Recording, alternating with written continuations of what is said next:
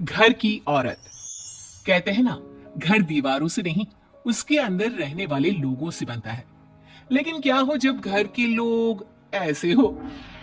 सारा दिन खाती रहती हो, सोती रहती हो, कोई काम नहीं है तुम्हारे पास। ऊपर से बहू के आ जाने के बाद तो तुम और निकम्मी हो गई हो। दिखावे के लिए हाथ में माला पकड़ ली है, बाकी कोई काम नहीं करती। अरे कैसी बात कर रहे हैं? अब तो बहू आ गई है, अब तो मेरी बेइज्जती करना बंद कर दीजिए। जैसे तैसे मेरी तो जिंदगी कट गई, गालियां खा खा कर। अरे उस बेचारी को तो छोड़ दीजिए। तभी बेटे के जोर जोर से चिल्लाने की आवाज आती है। कहा था ना तुमसे रिजाइन कर दो, क्यों नहीं किया? और ये पर्स लटका कर कहां निकली? चलो कमरे में काम करो घर का। बहू बेटे की लड़ाई सुनकर सास ससुर बाहर आ जाते हैं। सामने खड़ी होती है नई नवेली बहू रीमा। देख लीजिए माँ जी, शादी से पहले तो मेरे माँ पापा के सामने कहा था कि शादी के बाद नौकरी करने देंगे, लेकिन अब क्या कह रहे हैं? तो तुम माँ जी को क्यों बोल रही है बहू? अब उसका मन रहा होगा, अब नहीं है। पर पिताजी, उसके मन से मेरा करियर तो नहीं चल सकता ना। ससुर को बहू की बात पर गुस्सा आ जाता है। वो बेटी की तरफ देखता है। पापा से जबान लड़ाती है, रुक। ये बोलकर वो पत्नी को खींचकर कमरे में ले जाता है और बंद कर देता है। ये सब देखकर सास दुखी हो जाती है। पति के जाने के बाद सास बेटी से कहती है। देख बेटा, अब जमाना कुछ और है। तेरे पिता ने घर में औरतों की कद्र नहीं की, लेकिन तू ऐसा ना बन। शहर की समझदार पढ़ी लिखी लड़की से शादी की है तूने, उसका ख्याल रखा कर, तमीज से पेश आया कर। जा, बहू को कमरे से बाहर ले आ। लेकिन बेटा नहीं मानता और बहू कमरे में सारा दिन बंद रहती है। शाम को बेटा बाहर जाता है कि सास चाय और बिस्कुट लेकर बहू के कमरे में जाती है। बहू बेटा ये ले, चाय पी ले। रो रो कर कैसी शक्ल बना ली है बेटा। माँ जी, ये कैसे लोग हैं? आप कैसे मैनेज कर रही हैं? ऐसे थोड़ी ना होता है माँ जी। घर की औरतों को तो पिताजी और ये इंसान समझते ही नहीं। क्या करूं बेटा, मैंने तो जैसे तैसे सह लिया, लेकिन तू ना सहना। दोनों बात कर ही रहे थे कि ससुर आ जाते हैं।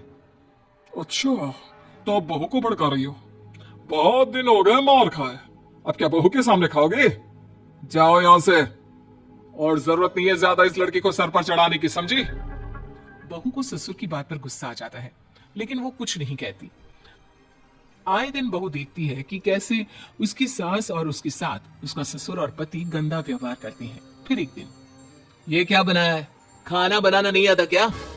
ये बोलकर वो खाने की भरी सारी थाली फेंक देता है।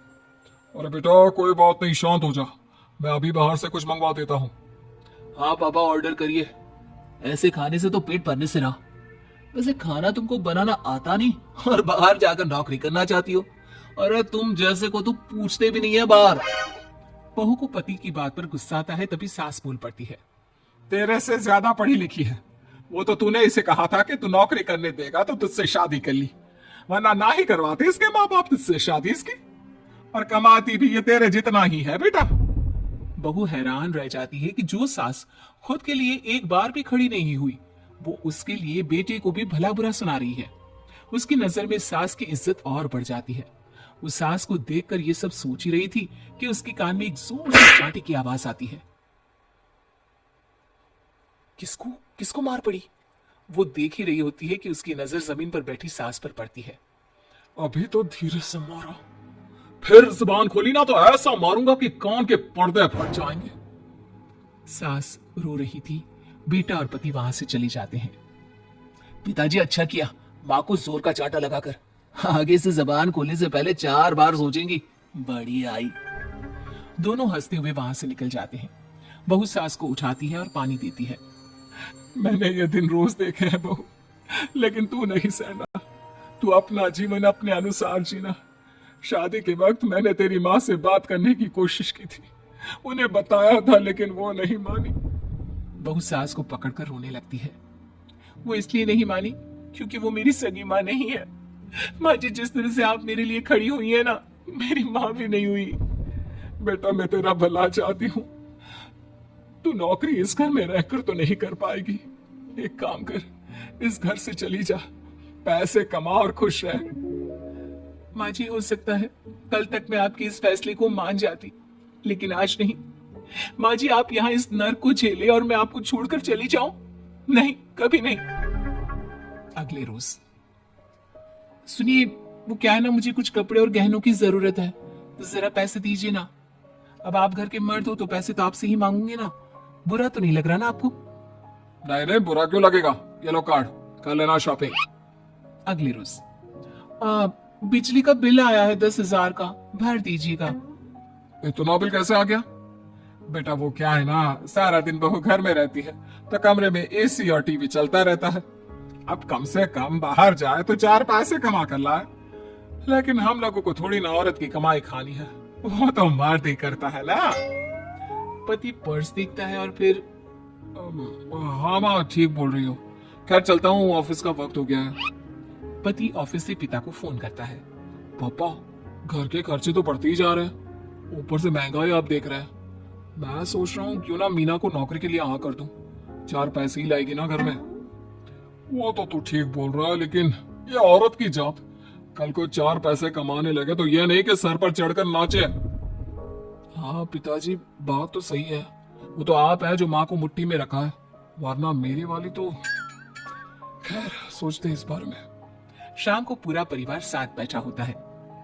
वो कल पनीर की सब्जी बनानी है तो थोड़े पैसे देकर जाना। और हाँ कीर्तन भी रखा है संडे को, उसके लिए सामान की लिस्ट बना दी है, ले आना। पापा को दे दो, वो ले आएंगे। अरे पापा कहाँ से ले आएंगे, मेरे पास नहीं है पैसे वैसे। लो पैसे ही नहीं है, मेरे पापा की जेब तो हमेशा नोटों से भरी रहती है। बेटा लक्ष्मी को जो पूजता है ना, उसके पास लक्ष्मी रहती है।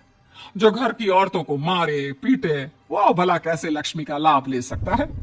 वाह वाह क्या बात है, तो जबान खुल रही है तुम्हारी। लगता है भूल गई पुरानी मार और डांट क्या। हाँ माँ जी शांत हो जाइए, मैं नहीं देख सकती आपको मार खाता, और फिर हो सकता है कि मैं आपको बचाने आऊं तो ये भी मुझे मारे। ठीक है बहू, मैं कुछ नहीं कहती, तू ये लिस्ट बस दे दे, मैं चलिए आराम करने।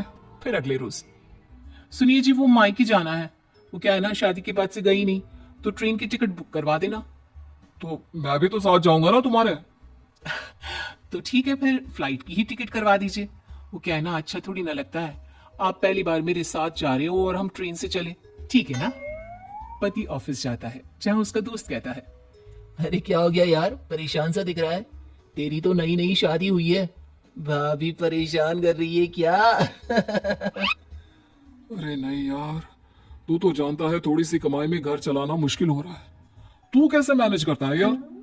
कैसे क्या यार, तू जानता है ना मेरी बीवी रिया को, वो टीचर है, फिर घर में ट्यूशन करती है, साथ में बच्चे भी पढ़ लेते हैं। यार घर नाम की गाड़ी दोनों पहियों के साथ चलने से ही चलती है, वो भी कमाती है और मैं भी, और चल रहा है घर बस। पति को दोस्त की बात समझ में आती है, लेकिन पिता का ज्ञान कैसे भूल सकता था। भाई कल को सर पर चढ़कर नाचने लगी तो। शाम को घर आता है जहाँ उसकी बुआ और उसका बेटा बैठे होते हैं। अरे आ गया लल्ला, कैसा थका थका से लग रहा है, सब ठीक है ना? नमस्ते बुआ, कैसे आना हुआ? कैसा है रमेश? भाई को तो भाई की याद ही नहीं आती। अरे नहीं नहीं भैया, याद नहीं आती तो यहाँ कैसे आता? ये लीजिए मेरी शादी का कार्ड, जरूर आना। पति कार्ड खोलता है। डॉक्टर रश्मि, अरे वाह, तेरी होने वाली बीवी डॉक्टर है। और क्या भैया, आपकी बीवी इंजीनियर तो मेरी डॉक्टर। तभी वहाँ सास आ जाती है। अरे जब घर में ही बिठाना है बेचारी को तो काहे का इंजीनियर है, तो काम वाली ही घर का काम करती है और आराम। इतनी पढ़ी लिखी लड़की को घर पर क्यों बैठा रखा है? अरे बहू कहीं झोला छाप टिकरी तो नहीं लेकर आई है? पत्नी की बुराई सुनकर पति को गुस्सा आता है। नहीं बुआ, यूनिवर्सिटी टॉपर है मेरी मीना, और हाँ बड़ी कंपनी में काम भी करती है। बस शादी के बाद कुछ महीनों की छुट्टी ली थी, अगले हफ्ते से ऑफिस शुरू हो जाएगा। क्यों मीना? तभी ससुर आ जाते हैं। हाँ लेकिन फिर घर का काम कैसे होगा, और पैसे कमाने लगेगी तो सर पर। पिता की बात पूरी नहीं हुई कि बेटा, सर पर चढ़ने का हक है उसका पापा, पत्नी है वो मेरी, यानी मेरे घर की रानी, और रानियां तो सर का ताज होती है। क्यों मीना? मीना पति की बात सुनकर शर्मा जाती है। वाह बेटा, तू सही समय में समझ गया कि औरतों की इज्जत करने वाले घर में शांति और लक्ष्मी का वास होता है।